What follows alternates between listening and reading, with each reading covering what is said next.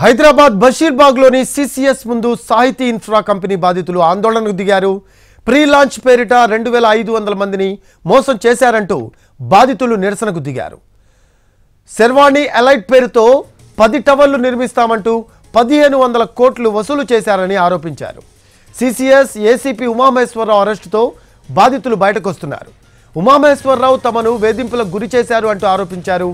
Case విచారణ వేగవంతం చేయాలని ఆందోళనకు దిగారు సాహితీ ఇన్ఫ్రా కంపెనీ బాధితులు.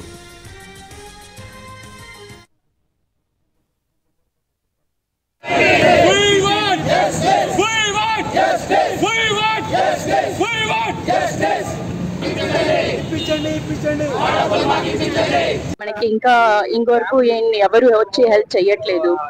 మనం ఎంతమంది పొలిటీషియన్స్ అప్రోచ్ అయ్యాము, ఎంత సిసిఎస్ కి వచ్చాము, రేరాలో కంప్లైంట్ వేసాము, కానీ ఎక్కడి నుంచి కూడా మనకి ఏం సపోర్ట్ రావట్లేదు. సో 1200 ఫ్యామిలీ మెంబర్స్ మనకి రోడ్ ఎక్కాము అంటే చాలా ఇబ్బందికరం. సో కొంచెం ఎవరైనా వచ్చి తొందరగా మనకి హెల్ప్ చేస్తే చాలా బాగుంటుంది. మేము 5 సంవత్సరాలు అయిందండి సాహితీ ఇన్ఫ్రాలో డబ్బులు కట్టి. మేము ఈఎంఐలు, గోల్డ్ లోన్, పర్సనల్ లోన్ అన్ని పెట్టి డబ్బులు కట్టాము. మా కష్టార్జితం మొత్తం సాహితీలో పెట్టాము. 1200 ఫ్యామిలీస్ పైగా మేము ఇందులో ఇబ్బంది పడుతున్నామండి. కానీ ప్రభుత్వం మారినా మాకు మాత్రం న్యాయం జరగట్లేదు. మాకు త్వరితగతిన సిట్ ఫామ్ చేసి మాకు న్యాయం చేయాలి. ఫాస్ట్ ట్రాక్ కోర్టు పెట్టాలి. ఈ కేసుని ఇన్వెస్టిగేషన్ త్వరితగతిన కంప్లీట్ చేసి మాకు న్యాయం జరగాలని కోరుకుంటున్నాం. మాకు సీఎం దగ్గరికి ఈ ఇష్యూని తీసుకెళ్ళండి. మా ఇష్యూ తొందరగా రిజాల్వ్ అయ్యేటట్టు చూడండి. మాకు ఏదంటే ఎస్ఐటీ ఫామ్ చేపియండి, ఫాస్ట్ ట్రాక్ కోర్ట్ అనే చేయండి తొందరగా. మాకు ఏంటంటే ఇప్పటికి చాలా అలసిపోయినారు అందరూ. చాలా మంది రిటైర్మెంట్ అయిన డబ్బులు పెట్టినారు. ఇంకా వాళ్ళకి ఏంటంటే కనీసం యంగ్ ఉండాలన్నా కొంచెం ఏదైనా ఎర్న్ చేస్తారు, కానీ వాళ్ళకి ఇంకా డబ్బులు లేవు, సోర్స్ లేవు. ఏదో ఒక ఇల్లు వస్తుంది అని చెప్పి పెట్టినాము. అప్పట్లో మేము పెట్టింది 2500, 3000 ఎస్ఎఫ్టీ. ఇప్పుడు వచ్చేసి అదే ఏరియాలో ఇప్పుడు 7000 ఎస్ఎఫ్టీ అయింది. ఎక్కడికి వెళ్ళి తీసుకుంటాం ఇల్లులు మేము? ఇప్పటికి అప్పుడు 2020లో తీసుకున్న లోన్స్ ఇంకా కడుతున్నాం మేము. ఈఎంఐస్, పర్సనల్ లోన్స్ ఇంట్రెస్ట్ కి తీసుకొని కడుతున్నాం ఇంకా. సో మేము అడిగేది ఒకటే, మాకు జస్టిస్ ఫ్లాట్ అయినా ఇప్పియండి, మాకు లేదంటే మా డబ్బులైనా మాకు ఇవ్వండి. ఇది ఒకటే మేము రిక్వెస్ట్ చేస్తున్నది. సీఎం గారికి ఎట్లయినా తీసుకెళ్ళండి ఇష్యూని. మీడియా రిక్వెస్ట్ చేసేది అదే.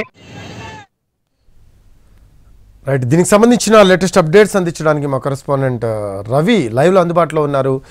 రవి, ప్రీ లాంచ్ పేరిట మొత్తం 2500 మందిని మోసం చేశారట. సో ఓవరాల్గా 1500 కోట్ల మోసం. అయితే సిసిఎస్ ఏసీపీ ఉమామహేశ్వరరావుని ఏనాడైతే అరెస్ట్ చేశారో వీళ్ళందరూ కూడా బయటకు వచ్చిన పరిస్థితి అయితే కనిపిస్తూ ఉంది. దీనికి సంబంధించి లేటెస్ట్ అప్డేట్స్ ఏంటి, వాళ్ళు ఏమంటున్నారు రవి?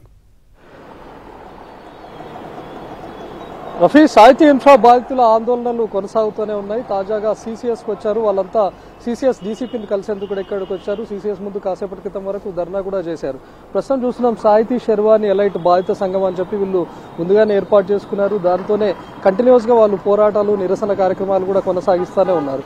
అయితే సిసిఎస్ ఏసీపీగా ఉన్నటువంటి ఉమామహేశ్వరరావు కూడా తనను వేధింపులకు గురి చేశారని చెప్పి సాహితీ బాధితులు కూడా చెప్తా ఉన్నారు. ఎందుకంటే తాజాగా అక్రమాస్తుల కేసులో ఏసీపీ ఉమామహేశ్వరరావును కూడా ఇప్పటికే పోలీసులు అదుపులోకి తీసుకొని విచారిస్తున్నారు. తనను రిమాండ్కు కూడా పంపించారు. అయితే ఉమామహేశ్వరరావు అరెస్ట్ తర్వాత మరోసారి సాహితీ బాధితులు అందరూ కూడా ఇక్కడికి వచ్చారు. సిసిఎస్ డీసీపీని కూడా కలిశారు. ఉమామహేశ్వరరావు తనను వేధింపులకు గురి చేశారని చెప్పి బాధితులంతా కూడా ఈరోజు చెప్తున్నారు. డీసీపీని కలిసి వివరిస్తూ ఉన్నారు. అంటే ఏసీపీకి తాము ఫిర్యాదు చేసుకొని వచ్చినటువంటి టైంలో కూడా వేధింపులకు గురి చేయడం, బూతులు తిట్టడం లాంటివి కూడా చేశారని చెప్తున్నారు. దాదాపు రియల్ ఎస్టేట్ ఇండస్ట్రీలోనే అతిపెద్ద స్కామ్గా కూడా చెప్తా ఉన్నారు. 1500 కోట్ల రూపాయల వరకు కూడా మోసం చేశారు. అమీన్పూర్ ప్రాంతంలో ఉన్నటువంటి కొండలు, గుట్టల ప్రాంతాన్ని చూపించి అక్కడ ప్రీ లాంచ్ పేరుతో చాలా మందిని మోసం చేశారు. ఎందుకంటే తాము కేవలం 2 ఏళ్లలోనే పూర్తిగా నిర్మాణాలు చేసిస్తామని చెప్పి అక్కడ కొండలు, గుట్టలు ఉన్నటువంటి ప్రాంతాన్ని చూపించి సాహితీ శర్వాణి అని చెప్పి అక్కడ కడుతున్నాం అని చెప్పి కూడా చెప్పారు. కానీ ఇప్పటి వరకు కనీసం అక్కడ స్థలాన్ని చదును చేసినటువంటి పరిస్థితి కూడా లేదు. వాళ్ళంతా డబ్బులు దండుకొని దాదాపు 1500 కోట్ల రూపాయల వరకు దండుకొని ఎగ్గొట్టిపోయినటువంటి పరిస్థితి. దీనిపైన ఇప్పటికే చాలా పిఎస్లలో కేసులు కూడా నమోదయ్యాయి. ఇప్పటికే సిసిఎస్కు కూడా వచ్చి చాలా మార్లు కంప్లైంట్ కూడా ఇవ్వడం జరిగింది. అయితే ఎప్పుడైతే ఉమామహేశ్వరరావును అరెస్ట్ చేసిన తర్వాత ఉమామహేశ్వరరావు బాధితులు ఒక్కొక్కరుగా వెలుగులోకి వస్తున్నారు. తాజాగా ఉమామహేశ్వరరావు నుంచి వేధింపులకు గురైనటువంటి సాహితీ బాధితులు కూడా ఈరోజు సిసిఎస్ దగ్గరికి చేరుకున్నారు. కొద్దిసేపటి క్రితం వరకు ఆందోళనలు కూడా చేశారు. డీసీపీ వాళ్ళందరినీ పైకి పిలిచింది. కొద్దిసేపటి క్రితమే వాళ్ళు పైకి వెళ్లారు. డీసీపీని కలిసి వివరిస్తున్నారు. ఏసీపీ తమను ఏ విధంగా వేధింపులకు గురి చేశారు, కంప్లైంట్ ఇవ్వడానికి వచ్చినటువంటి టైంలో ఎలాంటి బూతులు తిట్టడం, లేకపోతే అసలు కంప్లైంట్ తీసుకున్నారా లేదా అనే దానిపైన కూడా ప్రస్తుతం డీసీపీతో మాట్లాడుతున్నారు రఫీ. మరి సాహితీ బాధితులను మనం చూస్తూనే ఉన్నాం. ఇప్పటివరకు చాలా చోట్ల నిరసనలు చేశారు. సీఎంను గతంలో ఉన్నటువంటి ప్రభుత్వాన్ని కలిశారు, ఇప్పుడున్నటువంటి కొత్త ప్రభుత్వాన్ని కూడా కలిసి వాళ్ళు వివరించే ప్రయత్నం కూడా చేశారు. వాళ్ళు కంటిన్యూస్గా ఆందోళనలు చేస్తూనే ఉన్నారు. ఇప్పటికే సాహితీకి సంబంధించినటువంటి వ్యక్తులను ఎండీతో పాటు కొంతమంది సాహితీ ప్రతినిధులను కూడా అరెస్ట్ చేయడాన్ని మనం చూసాం. సో ఇప్పుడు తాజాగా సాహితీ బాధితులంతా సీసీఎస్ రావడానికి ప్రధానమైనటువంటి కారణం కూడా ఉమామహేశ్వరరావు తమను వేధించాడు అని చెప్పి ఎప్పటికే ఉమామహేశ్వరరావు అరెస్ట్ అయి ఉన్నాడు కాబట్టి అక్రమాస్తుల చిట్టాతో పాటు ఎవరెవరిని బెదిరించాడు లేకపోతే ఉమామహేశ్వరరావు బాధితులు ఎవరున్నారో కూడా ఇప్పటికే ఎంక్వైరీ కూడా జరుగుతోంది కాబట్టి సాహితీ బాధితులు కూడా వచ్చి తమ గోడును మరోసారి డీసీపీకి చెప్తున్నారు. Rafi, thanks for updates Ravi. Right, అది సిసిఎస్ ఏసీపీ ఉమామహేశ్వరరావు అరెస్ట్తో బాధితులందరూ కూడా బయటకు వచ్చిన పరిస్థితి. ఉమామహేశ్వరరావు తమను వేధింపులకు గురి చేశాడు అంటూ ఆరోపిస్తూ ఉన్నారు. కేసు విచారణ వేగవంతం చేయాలని ఆందోళనకు దిగారు సాహితీ ఇన్ఫ్రా కంపెనీ బాధితులు. దానికి సంబంధించిన దృశ్యాలు కూడా చూస్తూ ఉన్నాము. మరి వీళ్ళకి ఎటువంటి న్యాయం చేస్తారు అనేది కూడా వేచి చూడాల్సిన అవసరం ఉంది.